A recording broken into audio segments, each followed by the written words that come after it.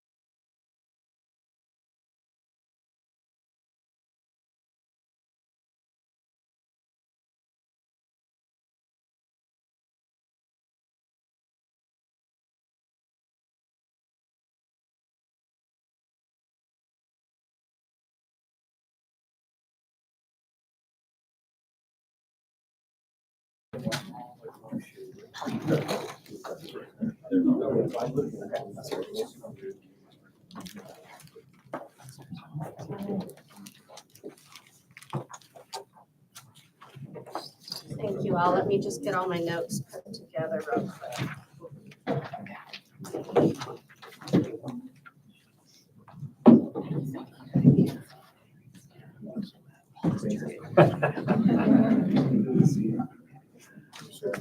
All right, so we're going to reconvene our regular meeting. Thank you all for your patience and thank you for sticking with us.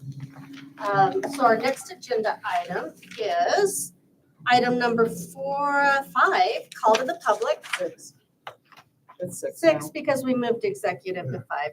I need to change my numbers or we're going to be doing that all night. So item number 6 is call to the public. I do have 2 call to the public notices. Just need to read a quick little statement.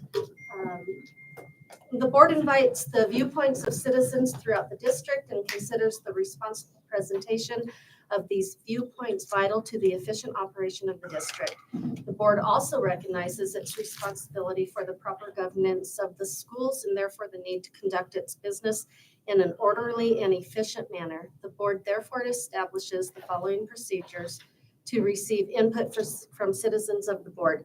Any individual desiring to address the board shall complete a form and give this form to the superintendent prior to the start of the board meeting. When you come to the podium, you're supposed to give that when you come to the podium, but also when you come to the podium, please state your name and if you live within our school boundaries. The board president shall be responsible for recognizing the speakers, maintaining proper order, and adhering to any true set time limit. Questions requiring investigation shall be referred to the superintendent for later report to the board. Questions or comments on matters that are currently under legal review will not receive a response. If considered necessary, the president shall set a time limit on the length of the comment period. Our policy is 3 minutes per speaker. That's to ensure that each individual has an opportunity to address the board. The president may also set a time limit, which is our 3 minutes. Personal attacks upon board members, staff, personnel, or other persons in attendance or absent by individuals who address the board are discouraged. Policies KE, KEB, KEC, and KED are provided by the board for disposition of legitimate complaints, including those involving individuals. Upon conclusion of the open call to the public, individual members of the board may respond to any criticism made by an individual who has addressed that board member specifically. So first up, we have a Miss Kimberly Sapko.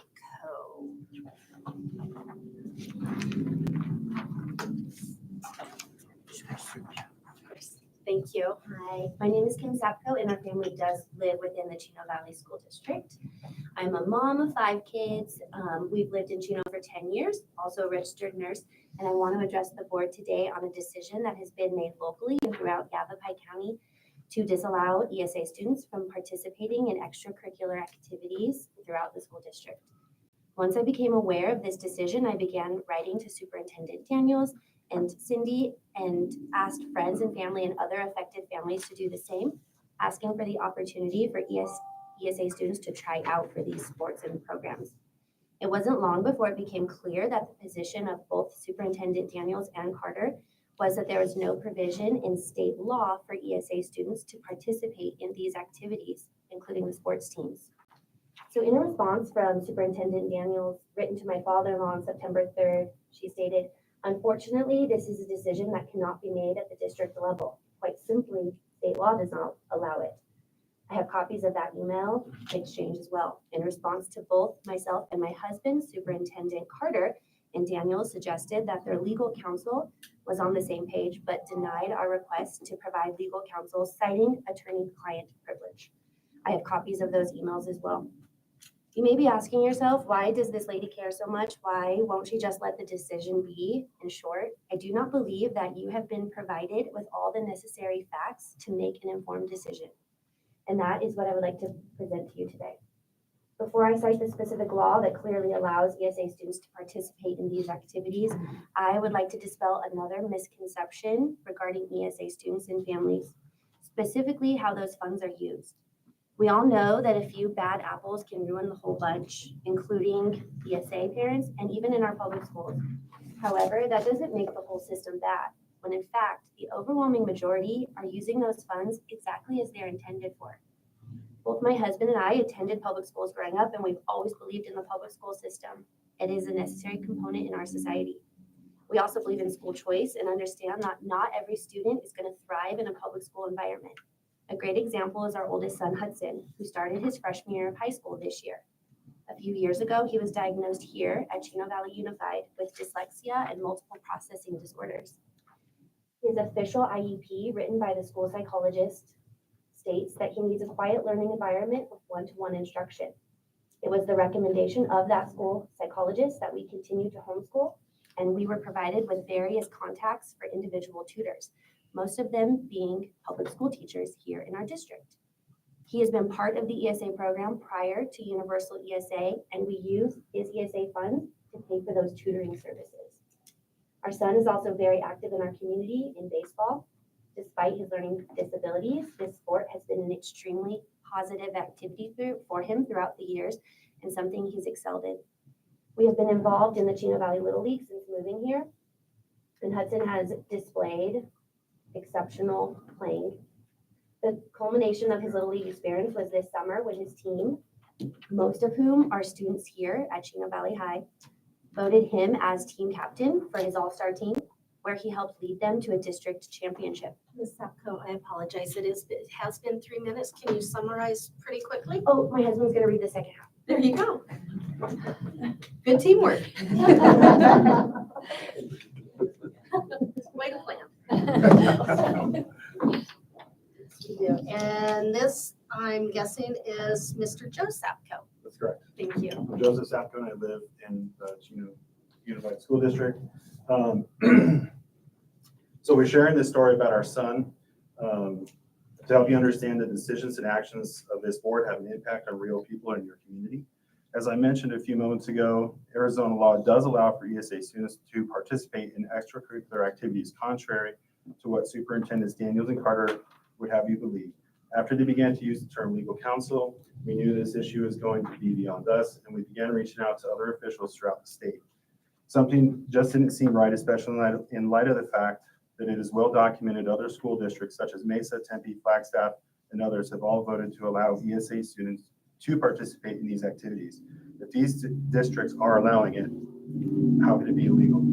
I received a letter from Jenny Clark, member, Arizona State Board of Education, that cites A.R.S. 15-2402B4K, which allows ESA students to use ESA funds for services provided by a public school, including individual classes and extracurricular programs. She also cites the ADE ESA handbook, which must comply with state law and is approved by the SBE, which clearly shows on page 22 that ESA students are allowed to participate in sports. The handbook actually provides instructions for schools on how to categorize and charge ESA students should they choose to charge them. I have copies of this letter for you as well, and included in this letter is an example of how a school district and Flagstaff charges for these programs. We also received a letter from Bethany Miller, legislative counsel for the Center of Arizona Policy. She cites the same laws as Jenny Clark and says that public schools may legally provide interscholastic and extracurricular activities to ESA students. The law is clear and specific. Lastly, we also received an email from Dr. Jim Dean, Associate Executive Director for AIA, in which he states the AIA has provided consistent guidance to schools and school districts regarding statutes. Since the inception of the Empowerment Scholarship Account opportunities in Arizona, the AIA has allowed schools and school districts to make the determination as to the participation in athletics. There are several school districts statewide that allow ESA students to try out for athletic teams in compliance with the state statute. We also have copies of this email. To summarize, Superintendent Carter stated that ESA provides funding for sports clubs cities and recreational leagues, travel teams, but it does not give you the right to be on a school team. And we all know that living in a rural community does not afford students the same opportunities that may be found in larger cities.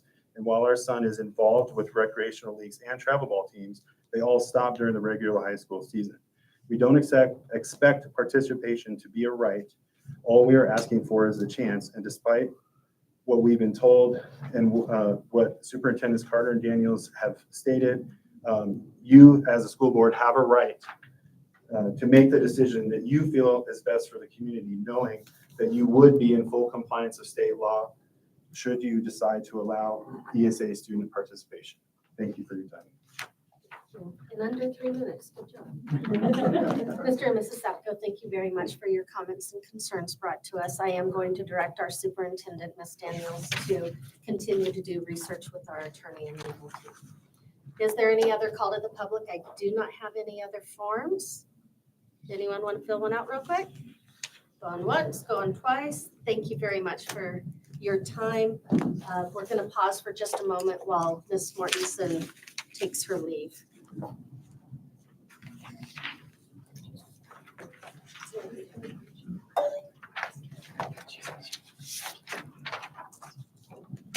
Thank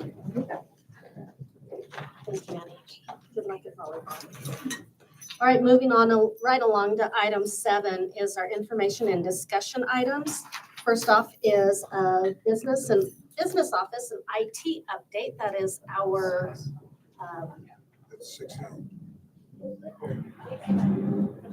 Presentation. 7A. It's actually 7. Remember, I had to change it all, and So yeah, numbers are wrong. we're all messed up tonight. Okay, so title is right. Yes, that's our presentation this evening, is our business office and our IT update. I guess I could look to see if that is Mr. Livingston and Mr. Fulmer. John, comfortable up there, so. You can be in the hot seat this evening. That's okay. Thank you, Madam President, members of the board. Here tonight to talk to you a little about the technology department and what we're doing now, what our goals are for this school year and moving on. One of our main goals lately has been cybersecurity. As we know, we have school resource officers and school security officers to protect us while we're here, but the IT department has to protect us from all the bad guys that are across the globe that are trying to impersonate our leadership, as we encountered on the first day of school with a false phishing email trying to get people to click on it and take our data. We're trying to educate our staff, ramp that up. Along with that, we want to make sure our data is backed up. And again, we've got the training to go along with that. There are certain requirements that we have to do to even get cybersecurity insurance anymore.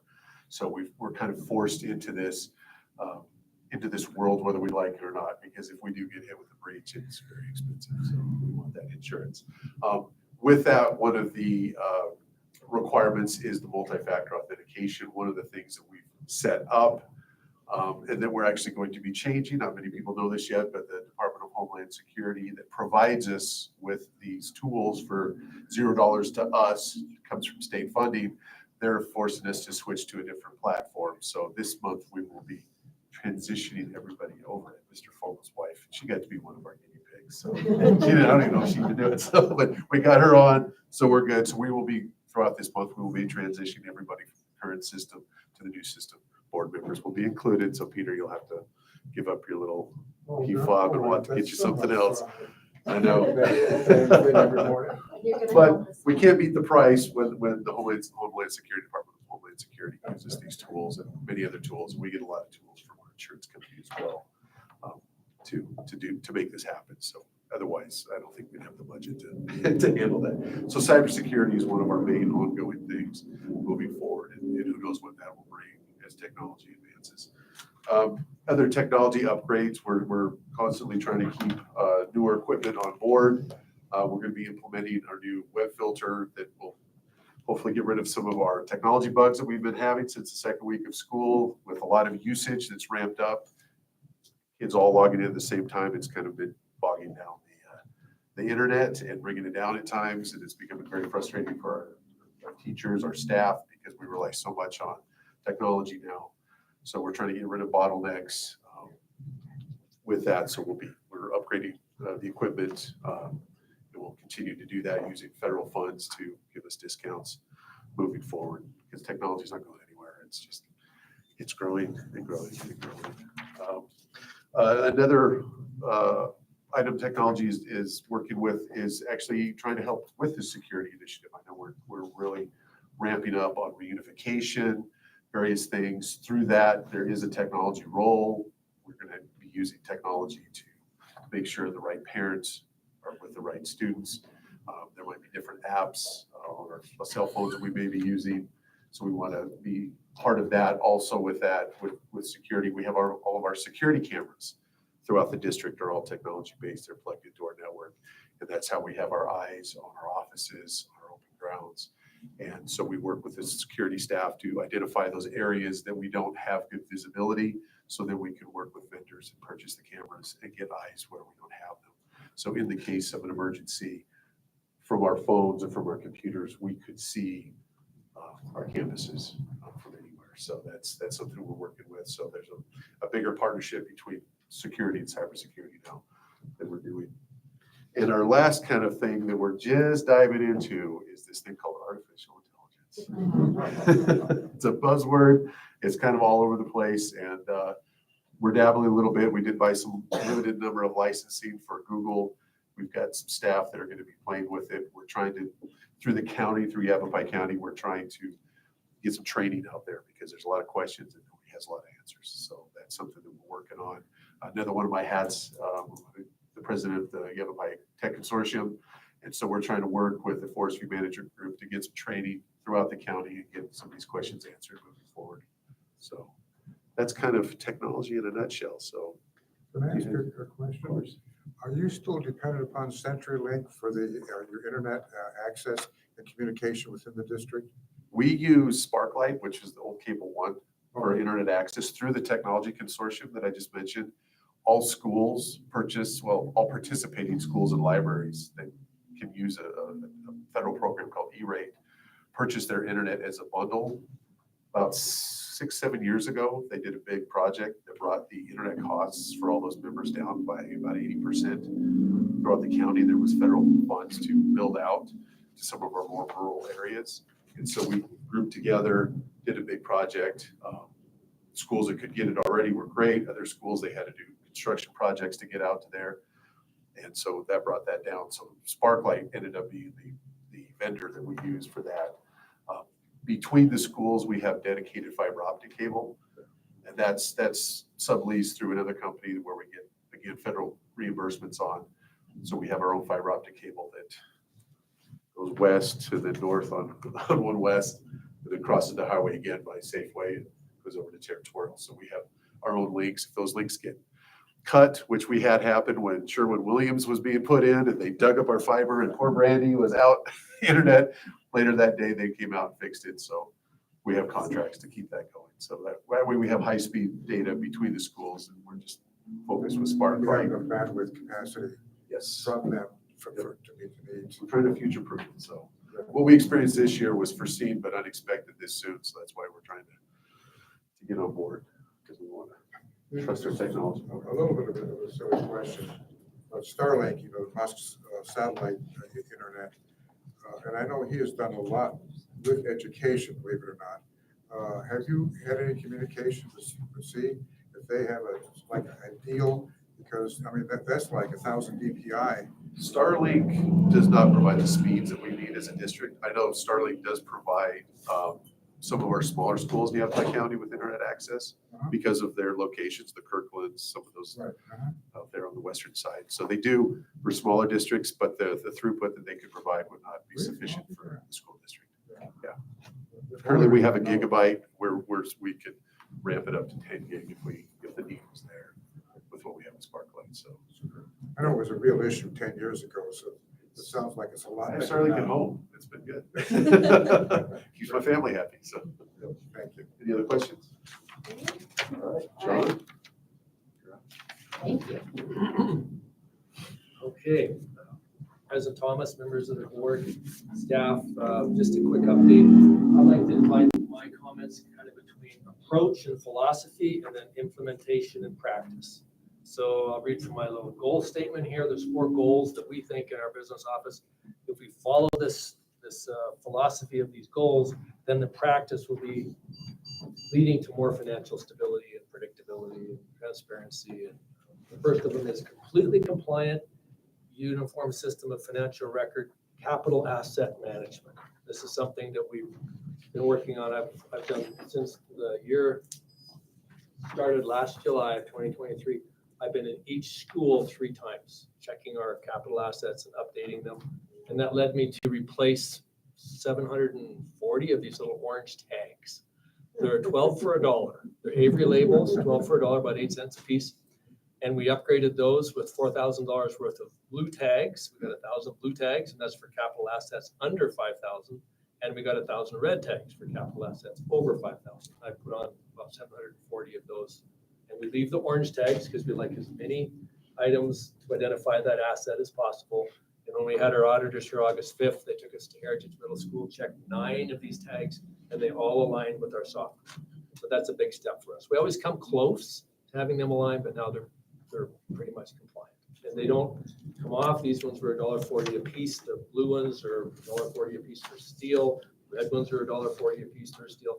Once you lick and stick and peel and stick, they don't come off. So when we have things that need to be cleaned or maintained, they last. So capital asset management is the first one. Lodging compliance. I think the board got a letter back in maybe May. The district was cited for some lodging irregularities. We went over those with our auditors. They're having a hard time documenting what exactly they thought we were deficient on, but we really have put a lot of emphasis on making sure if there's a Arizona Department of Administration rate of $112 for a certain county in or out of the state for this time of year, we make sure that the traveler gets that room for that amount, or they get the conference hotel. Either way, those are what we want. We don't want them going over that $112 if that's the room rate without a hotel for the conference. So that's still putting a little more burden on my office, but we don't want any of those findings to come back again. Third one would be USFR procurement compliance. And I've heard other districts do this. I've never really got it in writing that they do. But if you look at things like buses and flooring and window replacement and even carpet, a lot of that can be bought off the state or another cooperative contract. Our goal is to move most of our purchases right now. I said back when I did these goals back in May, we had about 60% of our contracts. As far as the volume amount, we're on state contracts. We're trying to get to 80% because you get so much better service if you get a state contract because they've already bid. Sometimes the profit for the company is a little bit lower, but just case in point, both of the contracts with Pueblo, we have 23 million contracted to replace HVAC, and Progressive Roofing about 4 million to do roof ceilings and penetration ceilings after the HVAC goes in. Both of those were on Mojave contracts, which are cooperatives. They're on state contracts as well. So it'd be really difficult for a smaller HVAC company to handle some of these projects. The state sometimes takes 5 months to pay, and smaller local contractors may not be able to hold payroll off for 5 months, whereas Pueblo is a multi-billion-dollar company that I really wanted to have if we could get them. So for me, it works out really well. It's not maybe best for local contractors, but we just went with the bigger contracts and state approved it. And we try to push as much local business back to the local vendors that can handle it, but not very many of them are on state contracts. So the last one is fund balance. We made a motion, or the board made a motion back, I think it was at the July meeting, to approve our 4% carryover from year to year in our operating fund and in our capital fund. And I think that's pretty self-evident. We're trying to do that every year. So if we've got a $10 million budget, we want to spend, in this case, I believe it'd be 900. Well, if it's 4% of 10 million, it'd only be 40,000 that we'd have to bring forward. But anyway, that's what it'd be 400,000. There we go. Thank you. There we go. So that's what we want to do because we don't know what the next year's going to bring. So 4% is what we're after for both of those. So I appreciate that support. And so that's our philosophy. Take care of compliance, and then we're able to do things. One thing that we're able to do recently, we were really concerned about some growth in territorial schools, so we ordered these portable classrooms. We found out we had some site issues over there at territorial school, over $600,000 worth of site issues to remove things like glue clay and other soil compaction issues, $600,000. We didn't think we could afford, so we are repurposing that to a school bus and a trailer and a truck, a box truck, as well as a nice 7-deck lawnmower. If you've ever seen a 7-deck lawnmower in motion, it will be quite the facility upgrade for us. So if we can do that, we would take that funding that's already in place, $388,000, and simply repurpose it. And once the finance company, American Capital Finance, knows that that's our intention after tonight's board meeting, hopefully the board sees the value in doing that and approves that, then we can reassure them that all these purchases will be secured, mostly purchased from state contracts, and we can just shift the finance from the purchase of 2 portable classrooms for territorial or the childhood center over to these 4 pieces of equipment, which is what they kind of specialize in anyway, is equipment. But they did help us, the same company, with the $658,000 track purchase, the $930,000 small housing purchase. So they do things that they think have collateral and have some security. We just couldn't afford the rest of it, which would have been on us to replace and compact soil over there. I read that about the soil problem, but I'm curious, are we simply not gonna buy then the portable classrooms, or we find a different location where we don't have that soil problem? We just didn't think there was another place to put them, I guess. So, We're stuck doing it. That's why we're trying to repurpose it. I understand the repurpose of the money, so in fact, what we're saying is that we're not gonna get the 2 new portable classrooms at territorial. I didn't think, our maintenance department did some surveys, and I think we had some other soil surveys. I don't think there was another location that would work. Isn't that what we come up with? We had an issue, Peter, there too. Our transportation center is there. Correct. And we have, so there's limited space to put anything. One of the spaces that's open is a retention basin. And there's no alternatives for that, I presume, either, because gravity goes where gravity wants. I appreciate the civil engineering, yeah. So that was really what we were up against, is once there really wasn't other space that didn't include that way. We are bursting at the seams. Well, that's why when we're talking about the needs for it, and what kids are gonna be in there and all like that, then all of a sudden, the way I'm reading this, it's not gonna happen.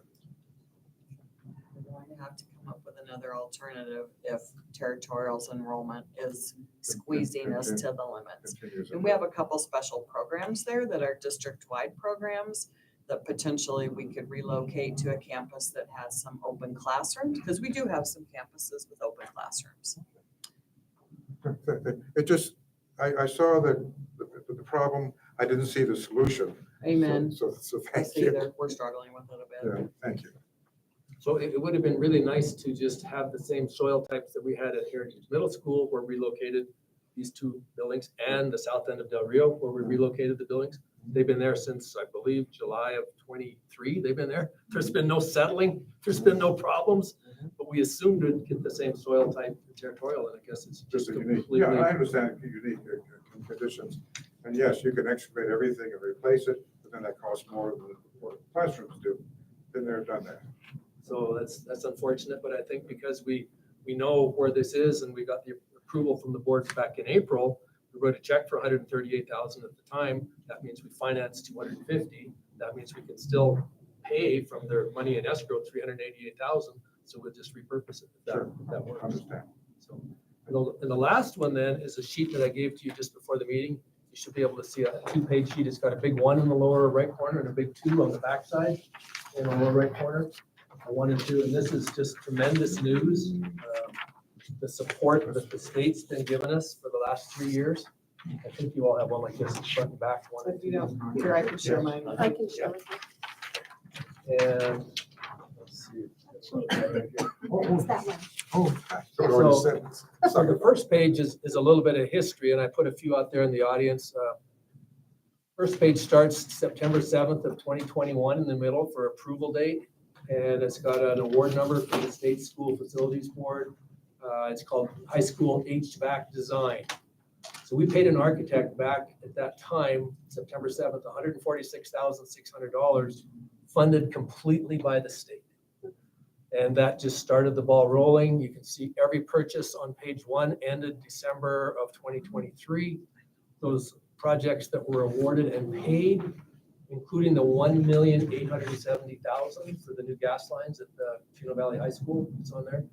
4.2 million, and that's history from September of 2021 till December of 2023, 2 full years. Then you flip to page 2 and you see, well, what's going on now? And if you go to about the middle of the page, and you see number 36 there, you see that Chino Valley High School installation, 7.3 million, kind of in the middle of the page. That's what that is budgeted for.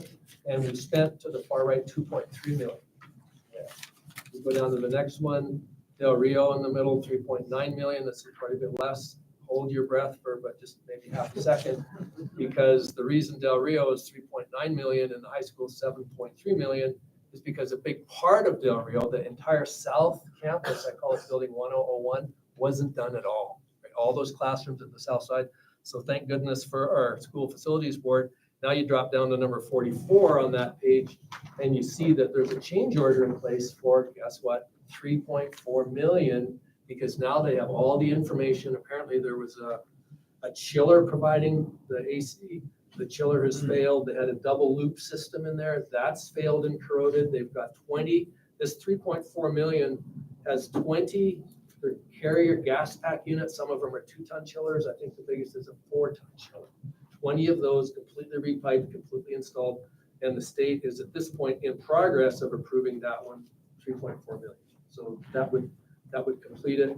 And then you go down to the 2 totals here, page 1 total, you see the 4.2 up top there, you add it to the page 2 total for the awards, 31,819,000 awarded and paid to date as of today, 16.8 million in that far column to the right. So that's Mr. Livingston. Absolutely. I never thought I'd see this actually happen. This is wonderful. well, Capital money coming into this district. Oh, my $32 goodness. million, and our credit goes to John Livingston and Very Chris much. Sheriff, who have been absolutely tireless in making sure this came to fruition.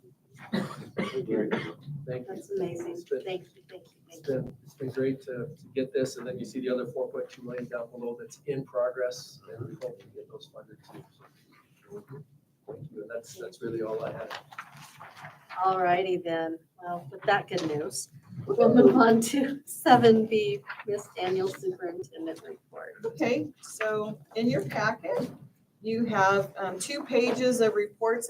Last month it was 1, and I thought, oh, I'll stick to 1. And then there was so much good stuff to say, I couldn't fit it all on 1 page.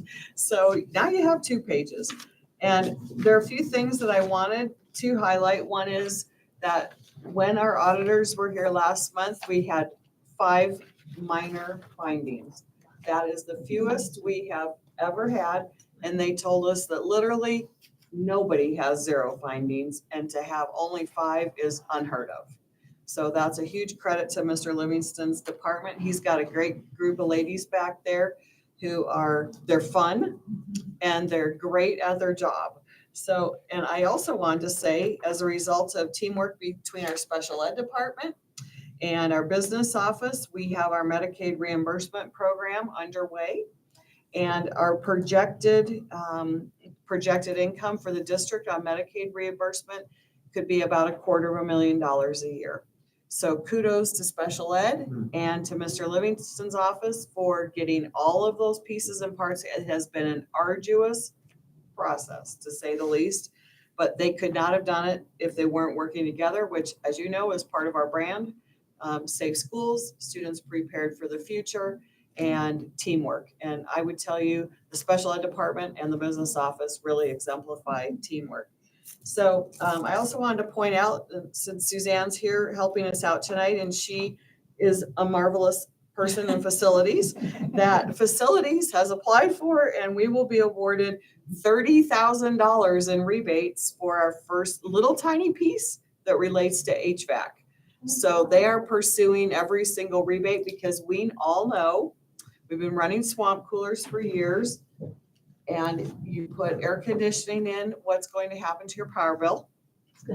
Well, it's going to go up. And so we are charging after every rebate we can get. And I know that Suzanne is putting a lot of work into that too. So thanks to your, Chris and I. thanks to, I'm going to say your department. Thanks to your department, Suzanne. We also have, and you'll hear more from Heidi tonight, we are deep in the process of examining overtime, cell phone usage reimbursements. We are looking at like how do other districts do it, seeking advice from our legal counsel. And so we're making some important changes in the district to help us be efficient, consistent, and fair with all our employees. Another thing HR is doing, you heard about this several months ago for the first time, they're slowly working their way through job descriptions, job titles, and pay structures, because we have not revisited job descriptions or titles in the district for 15 years. And what we know is we've had employees leave us to go work at the following entities: Town of Chino Valley, Yavapai College, Yavapai County, Humboldt District, and Prescott District.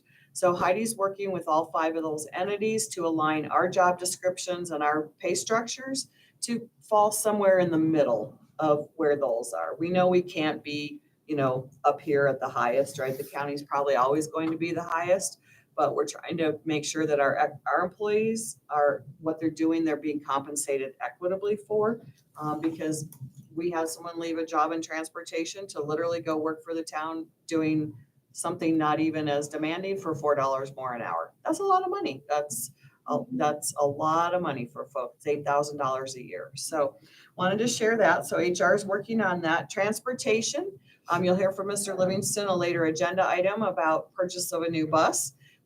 We need to increase the sizes of our buses that are going to Paulden. We have 2 things. We need buses that hold more kids.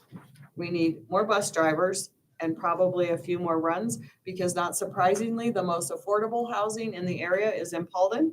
And so we are finding that we have more students to pick up. It's taking longer to load, so the buses are getting in late. They're coming back late to load other schools. So transportation is working on adding all those things. Special ed has seen an increase in students this year. You'll be hearing from Ms. Heidi and maybe Ms. Brandy about the need for increased staff. Our autism program at Territorial is about 60% higher enrollment than we were anticipating. So that's a pretty big jump. And we have kids that have a lot of very, very unique needs. So you'll be hearing about that during staffing. We have our newest school safety officer with us back there tonight. He's coming out of the corrections system, and he's finding that kindergarten is a little different than corrections. Maybe not a lot, Tougher. a little bit. Tougher. Snottier. So, but one thing we did as part of our brand and as part of the goals that we have for the board is increasing safety at our campuses. So Peter, you'll be like, smack your head, say duh, but we have common signage at all our campuses now. So common drop-off signs, common safety signs, common video surveillance signs. So anywhere anybody goes in our district, it's not confusing. Well, it might be, but at least the signs are all the same. So, and we have been having a lot of fun at the Coffee with the Superintendent events. Heidi's been joining me, and I think we're roping Julian because we need more entertainment. So it's a little boring right now. It's not really boring at all, but just saying. That'll be even less boring. So our next event is this Thursday morning at CVUSD, and I get up at 4:30 in the morning and turn my 50-cup coffee pot on and fill coffee carafes and put all the fancy creamers in a Rubbermaid tub, and Heidi meets me at the school at 6:45.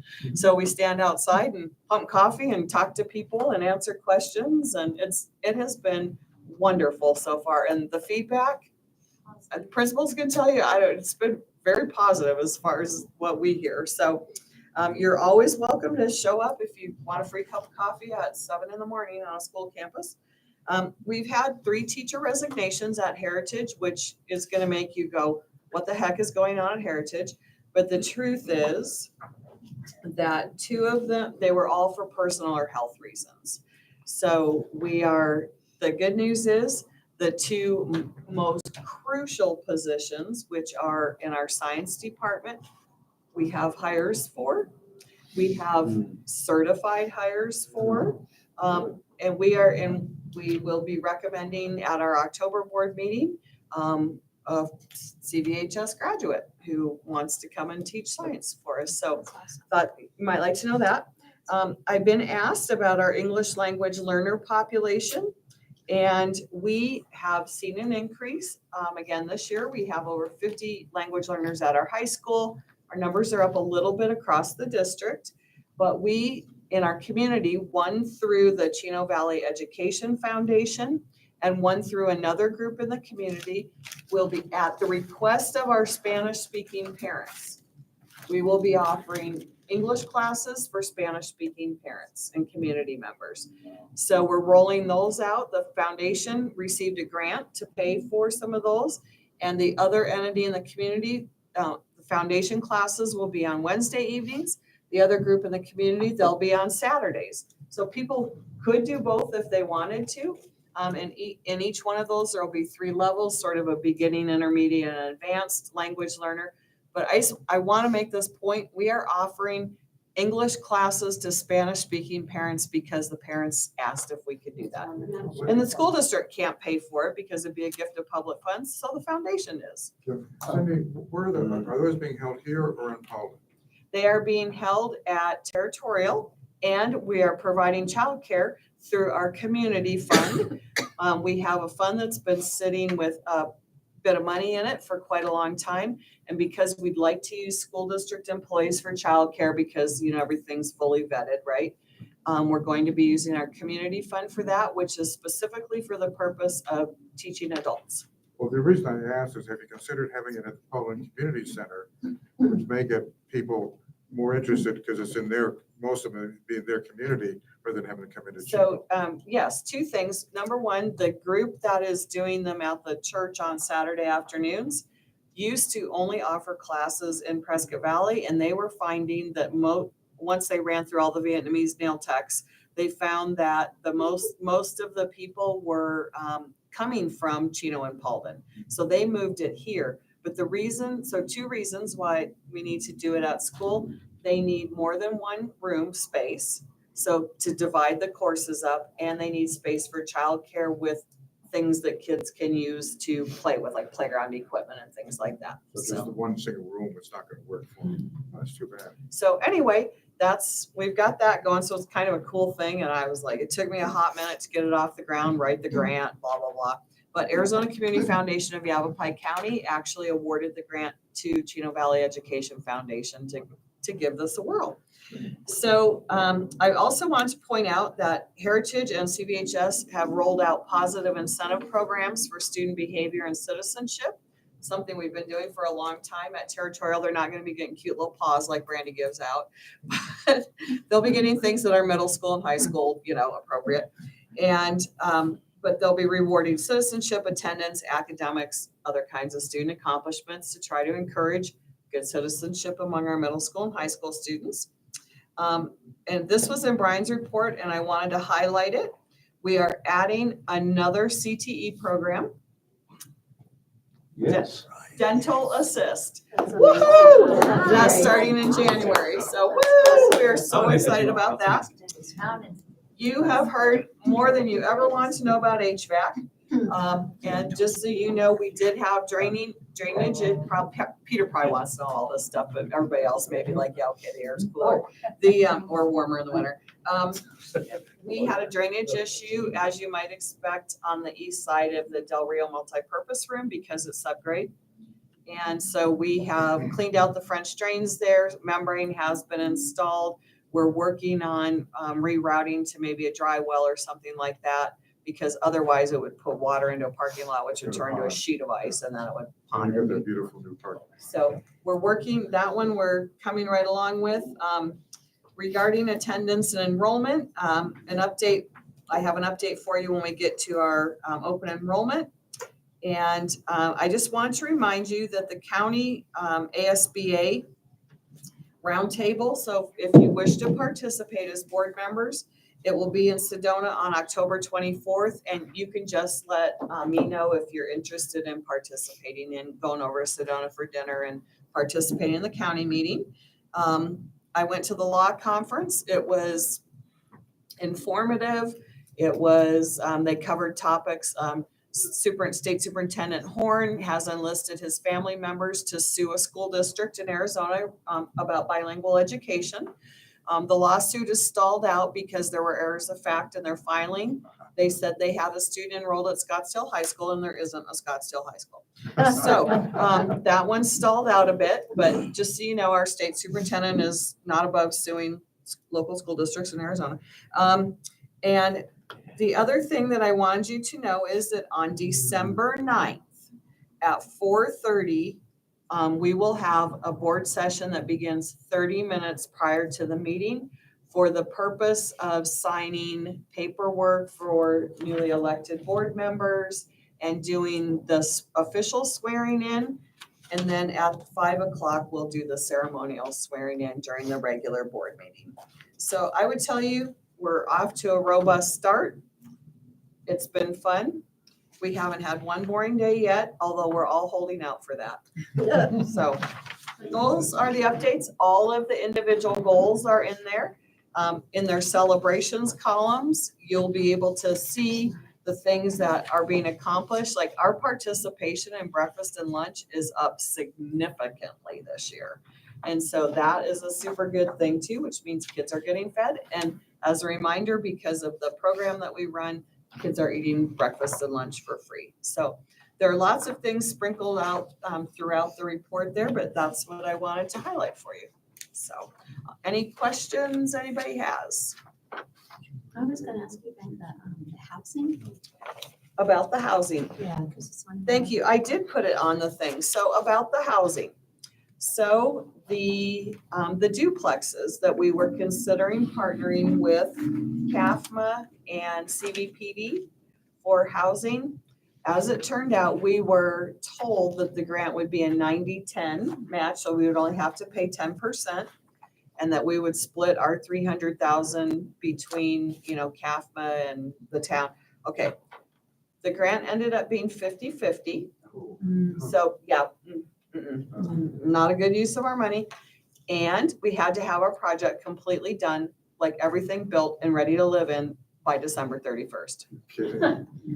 Okay, well, I actually heard Justine laugh out loud, so that was my response. So I emailed Superintendent Carter back, and you'll remember that we have an open purchase order for John Scholl to work, with all those entities, so I didn't have to fiddle with it, truthfully. And as it turns out, I just said, thanks, but no thanks, good luck. Hopefully somebody else can use the money, because like, for example, Prescott Unified put park models, like single wide, kind of mobile homes on the campus at Taylor Hicks. They have some Prescott PD living in theirs. Because those don't require building, they might be able to do more of those quickly. And because they already have intergovernmental agreements with Prescott PD, so they have some pieces and parts in place. So I don't know whether Prescott is going to move that direction, but because ours would be site built, there is absolutely no way we can go from even through a bidding process and build something. And then plus it would have cost us about $1.5 million.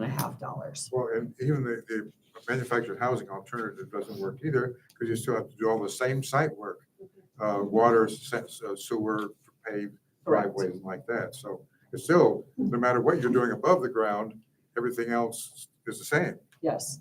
So thanks for bringing that up, Marcia, because that was an important piece. Anything else? I do have a curiosity that I want to ask about here. From the list or from something else? It has to do with the reports Yes. from all the schools and all the various departments, et Yes. cetera. And I was curious that there is one instance, and by the way, I really like the sheets. They're the way they're organized. And it seems to me that monitoring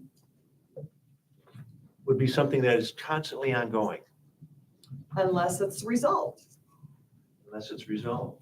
So I noticed there was one school that really didn't have any reports regarding monitoring. So everything must be resolved. Okey-dokey. Right, all the goals are But already they haven't achieved. jumped into the right? next thing yet? So at any rate, it's just kind of a curiosity, Well, because I think that's, Shall I for me, Shall I take it up with that school?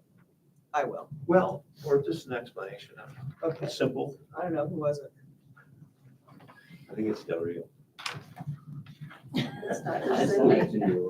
Oh, baloney. I put the report in. He's saying there was nothing in the monitoring column. So I was wondering if the principal was showing up regularly. He is, but he's going, No, I mean, I may have put something in the wrong column. I can tell you that we've, especially our academic goals, that we've tested every student with both STAR testing, which is a test of reading and literacy, and ISTEEP testing, which is a test of reading fluency as well as math. Therefore, we've created benchmarks so that we can subsequently at quarter level and at the semester level continue to monitor them in conjunction with what we call DAPS, which is our Del Rio, educational proficiency, Del Rio academic proficiency testing, so that we can use that as a benchmark for growth as well. And all of those are done in a format that is similar to, if not exactly like, our state assessment, the AASA, which we're going to take in April, which is actually earlier in April this year. Not a fan, but whatever. And so students are obviously then subsequently being prepared for the state assessment as we go throughout the year, and we're able to articulate where they need that growth, because especially ISTEEP, but STAR as well, gives us a breakdown. Is it a computational issue? Is it a numeracy issue? And so we're kind of looking at what they're doing as we go. I may have put that in the wrong column. Sorry. So I did want to say this because I was wondering if you're going to ask about this, Mr. Fogel. When might we know about school letter grades? And the state board had a work session regarding cut scores. I think they'll approve cut scores at their next meeting. Then preliminary letter grades will be announced to school, and there will be opportunity for appeal window. I would tell you, in looking at the preliminary data, that we know that there is an error in the percent of students who tested at CVHS. They only use the science data, not all of the data, but I can tell you that that will not impact the outcome of the letter grade. So I'm trying to decide whether it's worth it to fall on the sword for an appeal over something that wouldn't change the outcome. But I will tell you this, when we get to share with you the preliminary grades, which I have already computed, I think you're going to be pleased. Nice. Okay. So that was my curiosity was more idle than anything else. So he's just basically throwing down the gauntlet and just. Yeah. But I do want to comment that I feel that I am being extremely well informed as to what is going on and the goals that everyone is working on, and I'm impressed with all of those reports. And I feel more so than I have at any other point in time on the board. I'm really, really confident about the amount of work that is being expressed here. It is It's all them. extremely impressive. It's them. That's kudos to our administrative staff. I agree. They're doing a great job. Very much so. All right, anything else from Ms. Daniels? All right, seeing none, let's go on to agenda item 7C1, Mr. Livingston.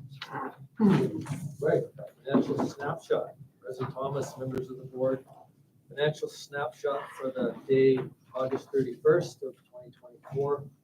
Our M&O budget that we adopted in July, 19.3 million. Expenses, 2.5 million. That's kind of where we're at this time of year. That's where we want to be. I'll just go through these 4 pages, budget summary, some cash funds, and then we've got a cash flow, and then we've got the actual cash for both years, last year and this year. So budget for M&O right now, 19.3. We don't have a lot of data on student counts, I've seen some that shows this year's student counts are definitely lower than last year. But we've also got a revision that we're going to bring to you probably in December, maybe November. It won't be at the October 2nd meeting, I can tell you that. We're going to be a little bit more student data. And then we'll revise this year's budget. It could go above that 19.3 slightly, it could go below slightly. We do have contingencies because we brought that money forward from the 2024 year into this year. 610 capital budget is 1.1 million. Expenditures year to date, at the end of August, 230,000. Encumbrances 312,000. So we're right at 50% spent and encumbered. That's kind of in play, if you will. We've used that the last couple of years. We've been able to take capacity and budget from the M&O fund and secret it away, so to speak, at 610. And we brought some of that back this year. And so the state has really taken the restrictions off of doing that. It's not the best practice to take money from your operating fund and put it into the capital fund. And it's not the best practice to go back the either way, but because we had people coming back from COVID funds, we wanted to have a really sure place to put some funds aside so we could bump up our operating fund last year and again this year. So it's something that we watch really carefully. We like to say that the $1 million we get every year for our capital fund should stay there and stay there only. But this year, when we're coming back with COVID folks, if we need to transfer some of that back to operating fund, we kind of say we reserve the right to advise that we do that because we want to get through the year as much as possible and meet all our obligations. 620 fund, our adjacent waste fund, we brought in 250,000 last year. That's exactly what we ended up with this year, 251,000. We're going to add 350,000 to it. We took the levy up 100,000. So that'll give us $600,000, and I'll work closely with our facilities department. We'll have some projects scheduled, hopefully for that last week of May of 2025. So by the time the end of July rolls around, we'll have some either some slurry seal coat or some chip seals done, and just start working. We've got about 10 areas identified that are going to need this maintenance. So that's a quick look at those main funds of operations, capital, and 620 capital. It's one thing that I put on my goal sheet here, and actually in the monitoring column, since we mentioned that. And it's a 5-year capital plan. And I put on there, it's underway. And that's the best I can say right now. It would be nice to say, here's our revenue and it's secure, and here's our expenditures that we need and our projects that we need, and that's secure. And maybe we'll get that pushed out by the end of this year. So June of 2025, we'll bring that to you for the next 2 years. That would be nice. And that's that. I just don't know if we've had one lately. The last couple of years, we've just said, here's the cash available, what's at the top of the list. And then we've been able to do certain things. And in fact, we did spend $65,000 to get air conditioning on this building back in June, July. And it was mission critical. So we do have some funds for a rainy day, as it were. So, and then just to take a quick look on the cash page. It's got cash for some funds. It's called the cash fund balances. There's some funds that the county won't let us worry about a budget, and those are called budget funds. There's other ones that are strictly on a cash basis. If we don't have cash in the fund, the county won't let us use that. If we have negative cash in our operating fund, the county doesn't care because eventually we're going to have revenue in that based on that final budget.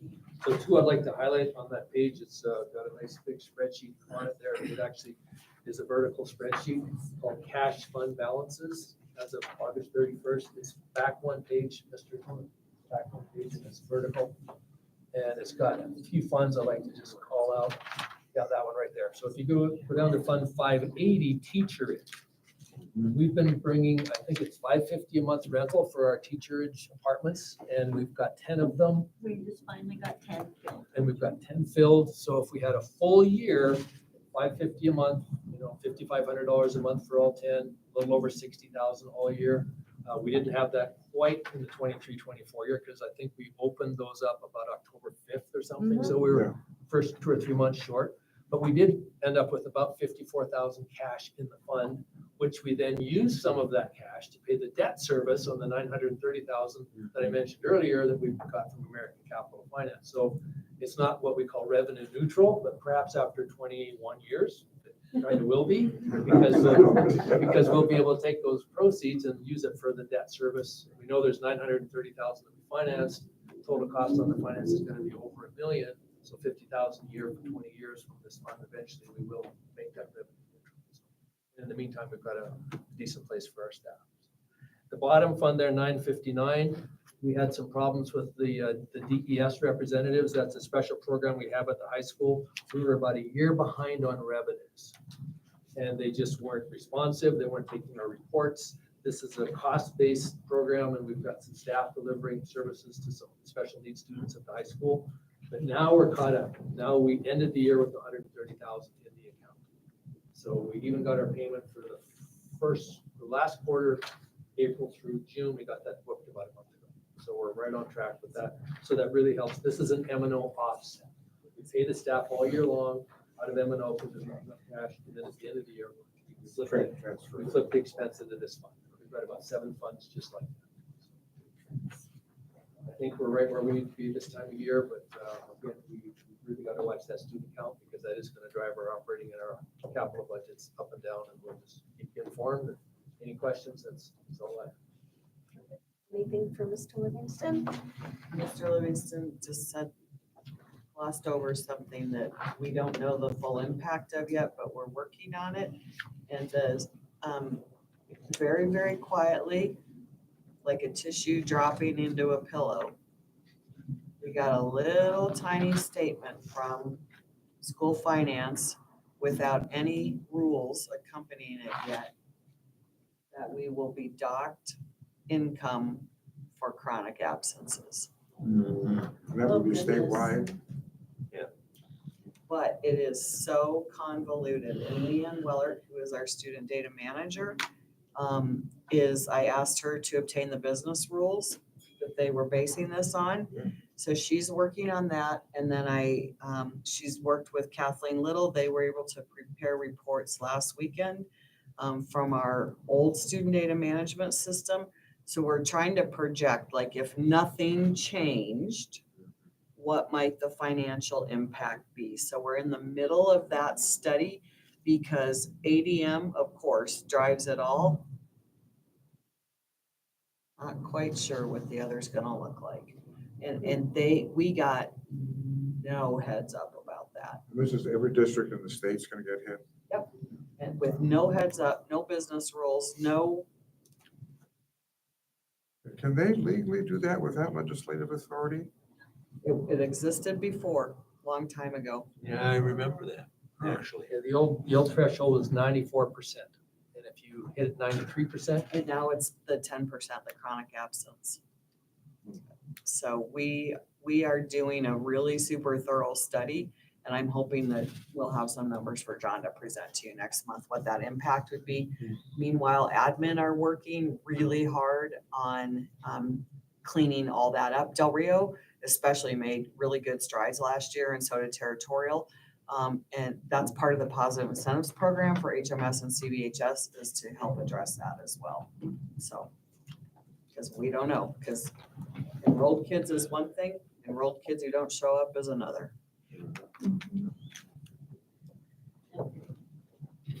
Anything else then? Okay, student activities. Thank you. Mr. Livingston, item 7C2, student activity fund report, please. yes, we have a pretty quiet report for tonight for student activity. You see the high school has, I believe it's just over $11,000 wrapped up there in student activity. And after talking with the coach, I believe that's equipment for the team, and it was purchased with student activity funds. And other than that, most of the amounts are quite small. So we had a big fundraiser, and I think that's what we decided to do. Fantastic. Any other questions or comments? All right, seeing none, we'll move on to our consent agenda. So item 8A through L, I would entertain a motion to approve tonight's consent agenda. I will motion to approve tonight's consent agenda. And a second. I'll second. Thank you, Peter. All in favor? Aye. Aye. Item 9A, new positions required for our AIM program. Madam Chair, board members, I'd like to request the addition of one additional teacher and 2 paraprofessionals for the AID program. We have grown exponentially, and those students, as Ms. Yanya spoke about, have needs, and we need the help in that particular program. And, how many kids do you have now? 14. The last I knew it was 12. It started out with 6. Oh, my word. Yeah. Within 2 or 3 days, it went up to 14. They need to quit running such a successful school. Yes, she does. It's not me, it's the staff. And that's the program we were talking about that has gone up by 60%. Well, and that's actually over 100% growth Yeah, now. no, it's over 100. That was compared to what it was before. Okay. Yeah, when I, Can I share something just real quick? So this program, we started because Ascend, we're a private program for students with autism. We used to contract and send them there for the high needs autism students. They have become so full and they can't fully staff that we needed to create a space for these children. So we brainstormed this, got it started, and it's just growing. And so that just shows you kind of what's happening in this whole Tri-City area. The number of students with significant autism is growing unbelievably. And And so, are they all children in our district? I mean, did we Yes. accept any outside? Oh, my goodness. They're all ours. Okay. I guess then the question is now that there's not going to be a new portable classrooms there, where is this program going to be housed? it's also, it's on our campus. You have classroom spaces? I do at this moment. You're not going to have to divide the gym up or something like that. Don't even suggest That's already being used as a classroom. It's already being used as a classroom. For no. Right. Okay, any other questions or comments? Jim, Marcia? All right, this is an action item. If we could have a motion to approve item 9A, the new positions for the AIM program. Also move. Thank you, Peter. And a second, please. Second. Ooh. Oh, second. I'll pick Mike this time. Quick mic this time. All in favor? Aye. Of course. All right, item 9B. Go ahead, Ms. Welch. As part of our ongoing analysis of staff compensation that Ms. Daniels talked about and compare it to the Tri-City area, I went ahead and focused on human resources because that's one I could do by myself and gathering and because of the other ones, I will be working with like the transportation director, the facilities director and that stuff.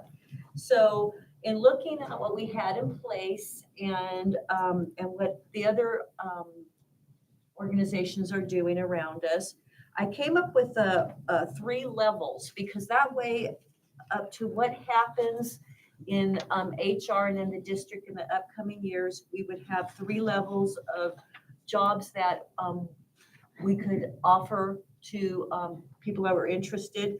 So we start with the resource support specialist, and that would be somebody more at an entry level that would come in and maybe learn about HR and do more clerical stuff.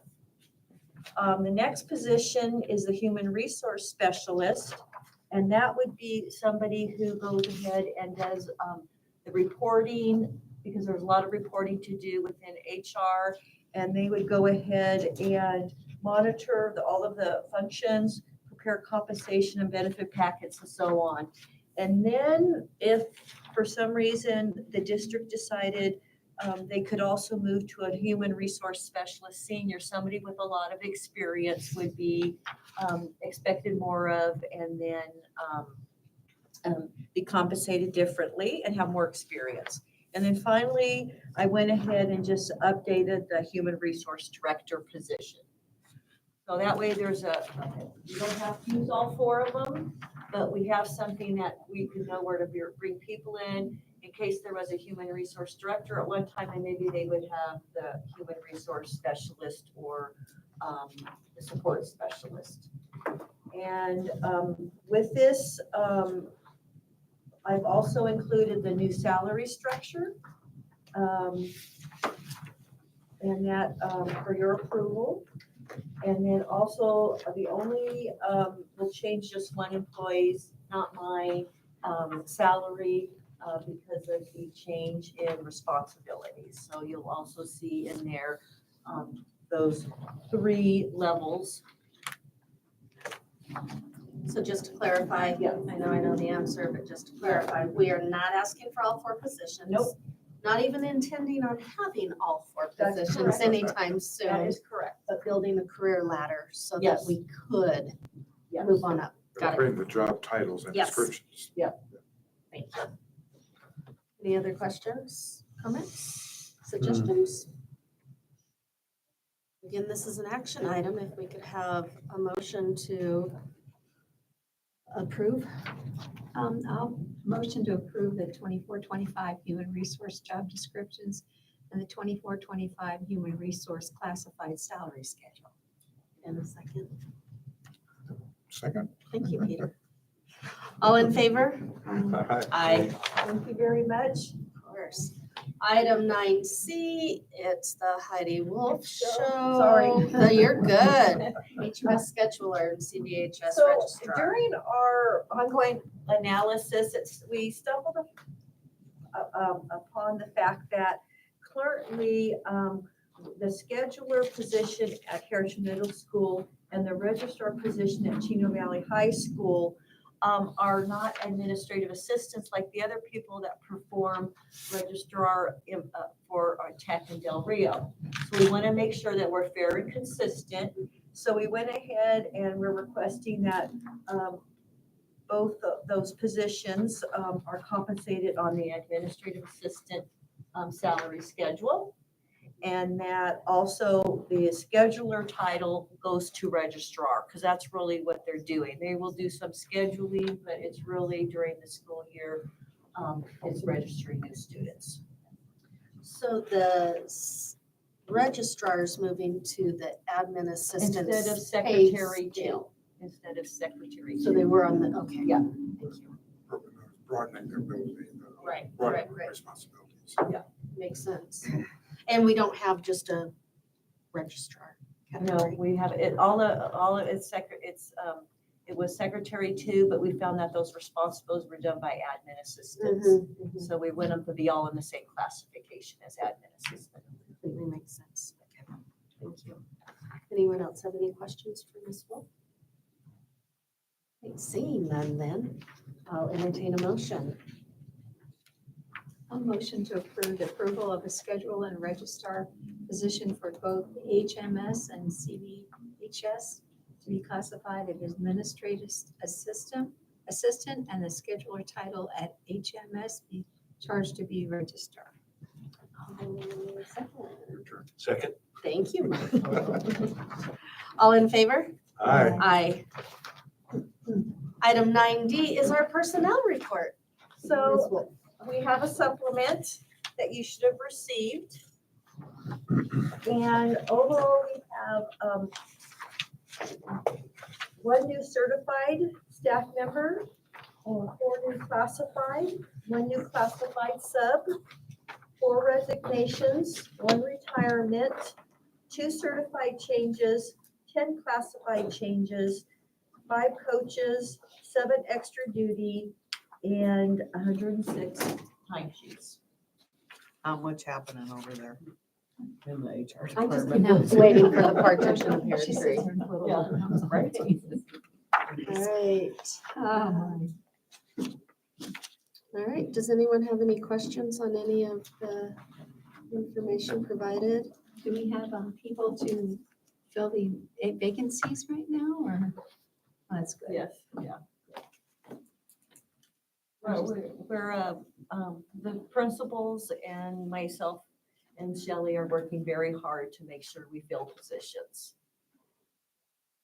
Well, I guess in a way, the one we always hear about so hard are the bus drivers. Mhm.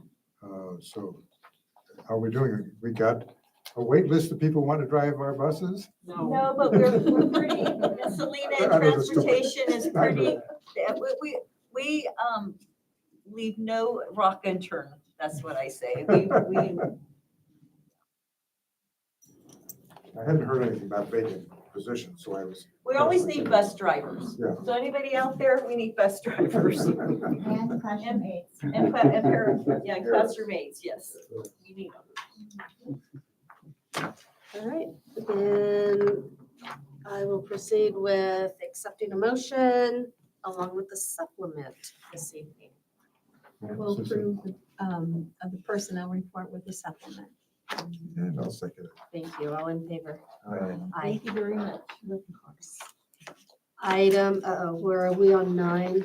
Okay, so we're still, no, we're on 10. Should be 10A, capital equipment finance repurpose from April 2024. Mr. Lees. Okay, well, this is one of those things, President Thomas, members of the board, one of those things that was pretty clearly identified at the time we applied for it.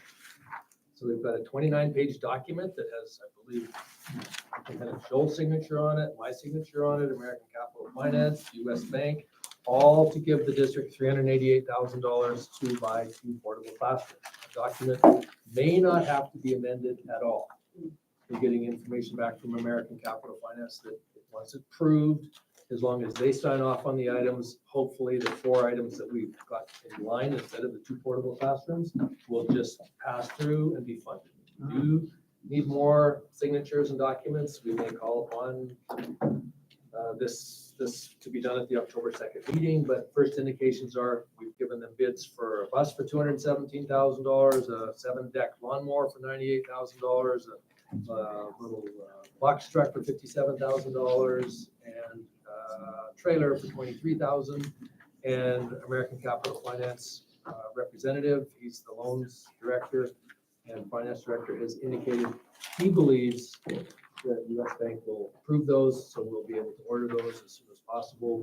The long wait, I think, is on the 7-deck mower. It'd be up to 6 months. So we'll start this with a purchase order. Had a meeting today with our auditors and Flagstaff, and this is quite unusual. However, they've run into it before. So as long as we make our debt service payments of $72,000 a year in the spring of 25, 26, 27, and 28, it should be. But they're not so critical on how we use the money, just that we pay them on their, when it comes due each month. And if you really back up and really take a long look, they like collateral. So what they help purchase, they want to have some collateral in case there's a situation that comes along. And then really, what collateral does the tract provide? $658,440. It's not really something you can turn around and sell and salvage, but yet we were funded. So on the face of it, we have to go forward with anticipation that what they're saying they can provide, and we don't have to refinance. Because we asked, first of all, back in May, when we realized we couldn't spot these 2 portable classrooms in the territory, can we just cancel the award? They said, no, we don't do that. You have money whether you want it or not. So I believe there's value in doing this. I can quickly read this paragraph if you want information and supporting data. I think we're okay. Yeah, it makes sense. Fantastic. This is checked as discussion, but I believe this is an action item. Yes. Thank you. All right, then, seeing this as an action item and seeing no other questions, I will once again entertain a motion for this item. Well, then I'll move that we approve repurposing of the American Capital Finance approved modular classrooms to equipment purchased per the attachment with the agenda. Thank you. Second? I'll second. Thank you, Marcia. All in favor? Aye. Aye. Thank you. Thank you. Of course. Item 11A, determination of excess capacity for open enrollment for the 24-25 school year, Ms. Daniels. So each year, we come to you and we say, these are how many students we have enrolled by grade level. When we come to the 95% capacity, we ask the board to close that grade level or program to open enrollment. What it means is that any student who may reside outside the district would not be able to come and join something that's at capacity. And the reason is we're reserving space for students who move into the geographical boundaries of the district. Typically, we do this either at the August or September meeting, depending when school has started and when the meeting falls and all that business. Our August meeting was only 1 week after school started. So we had not even accomplished our 10-day drops yet or no-shows, things like that. So all that's been taken care of. We're solid with our enrollment numbers. So what you see before you is this.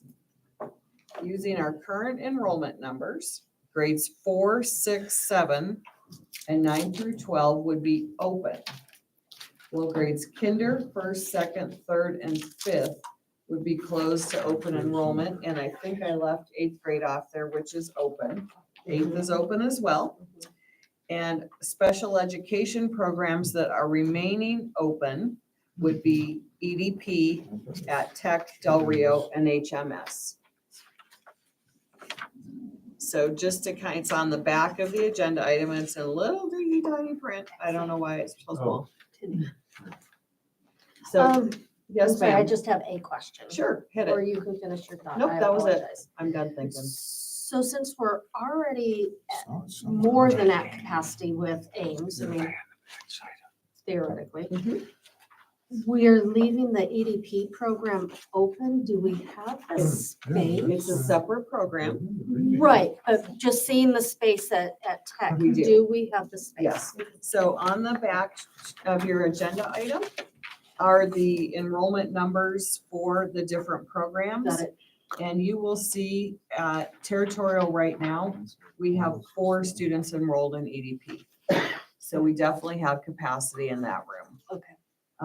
At Del Rio, we have 5, so we have capacity there. HMS is 8, that's the one that's a little closer to capacity, but we aren't generally feeling we usually don't have a lot of influx of EDP at that level. They can visualize the things.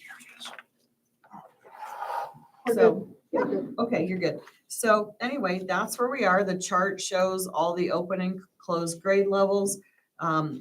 Once again, kinder through grade 3, closed, 4 is open, 5 is closed. All the remaining above that are open. And then you can see for our special programs where we are. You can see that Ames is definitely closed because we are like, whoa, holy smokes. We're super duper full. So EDP remains open at all the campuses. All the others would be closed. And this is only for open enrollment, not for students who move to the district. I was just gonna say, ask that, yeah. Yep. Okay. So it's because we don't have the capacity to accommodate students from outside the district. We are, Weston. yes, ma'am. So I would ask that you approve the capacities as presented in your agenda. Any other questions or comments? All right. Once again, seeing none, this is an action item. I will entertain a motion for item 11A. I will motion to approve the determination of the excess capacity for 24-25 school year and determine that children of employees, current open enrollment students enrolled in 23-24, and the siblings of current open enrollment students enrolled 23-24 are subject to the open policy. Are not subject to, I'm sorry. No, you're good. And a second, please. Second. Thank you. And all in favor? Aye. All right, item 12A is our second reading of revised policies that we discussed last month. Does anyone have any additional questions or concerns about these?